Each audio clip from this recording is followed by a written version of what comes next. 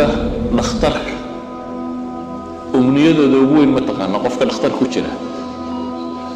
waxa ugu weyn ee uu rajaynayo qofka dhakhtarka ku jira waa inuu marun kaco akbar umniya dadka inta haysataa ma ogtay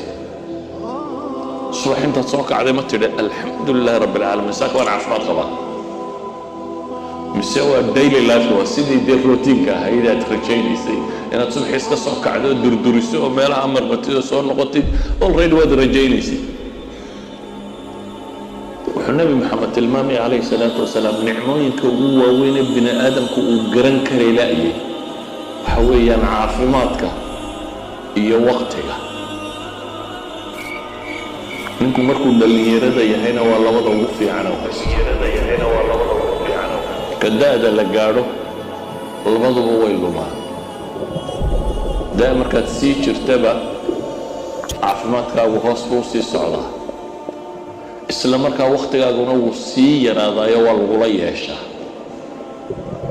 calaa'iqda iyo dadka kugu xidhan iyo mushkilaadkaad xallilaysay ayaa badanaya markaa wax badan baana jaanis u helin laakiin ninku markuu dhallinyarada yahay labadaba keligii baa haystaa caafimaadkana inta badan mostly dhallinyaradu caafimaad qabtaa waqtigana waxbaba kuma xidhna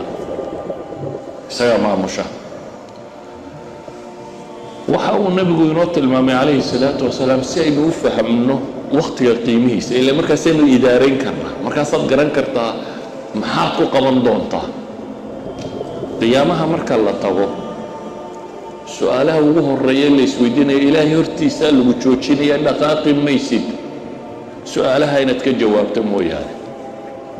su-aalo 5 ama 4 riwaayadka xadiis waa ku soo arooray waxaa lagu weydiinayaa cimrigaagii iyo waxaad ku bixisay qiyaamaha ilaahay hortiisa ka dhaqaaqi maysid inaad su-aashaa ka jawaabtid mooyaane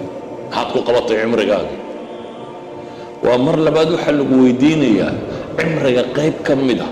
war dhallinyaronimadii sidaad u gashaa lagu weydiinaya waqtigaad dhallinyarada ahayd mar saddexaad waxaa lagu weydiin xoolaha xaggay kaa soo galeen iyo xaggaad ku bixisay mar afraad waxaa lagu weydiin aqoontii maxaad ku qabatay wixii rabbi ku baray waxaad aqoon heshay maxaad ku qabatay su-aalaha kani waa su-aalo qof kasta oo aadama a sugaya in aakhire la weydiiyo 4 su-aalood markaa 2 ka midi waa cimriga midi waa cimrigii oo dhan iyo noloshaadu maxay hadaf lahayd maxaad qaban jirtay noloshii oo dhan midna waa cimriga qayb ka mid oo ah qaybtii aad ugu caafimaadka iyo firaaqada badnayd waa markaad dhallinyarada ahayd waa qaybtii iyadoo labada nimcee dheeraadka uu nabigu ku sheegay calayhi salaatu wasalaam sida awgeed qofka muslimka ah mar kastoo cimriga laguu sii dheereeyabana xisaabtiisaa sii badanaysa أولم نعمركم ما يتذكر فيه من تذكر وجاءكم النذير فذوقوا فما للظالمين من نصير إلهي وحلي أولم نعمركم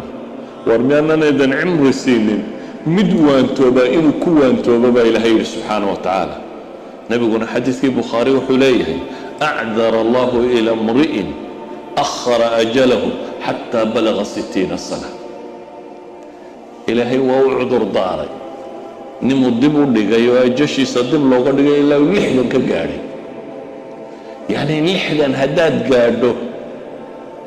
عذر دارنا حتى هيلي ما يسدال لي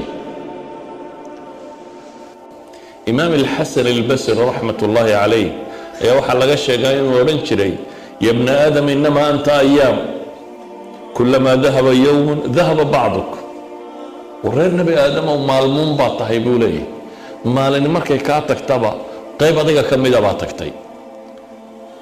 idan cimriga la sheegayo iyo waxaynu haysano waa secondisku adiga qiimo kuma leh laakiin nolosha marka la xisaabanayo mar buu jajabku qiimo leeyahay qoladan orda maxay kala dheereeyaan koon xufta carara 9 bon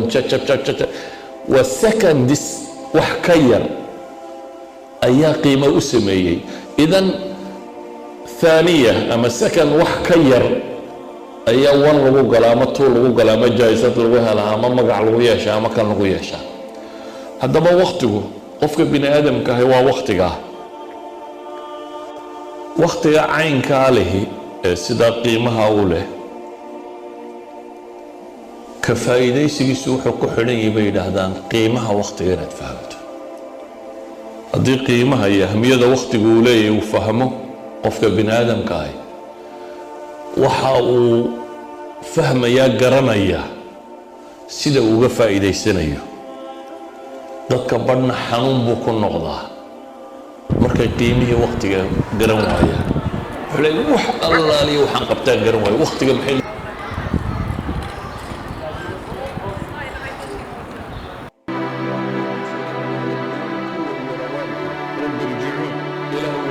وكم أذنك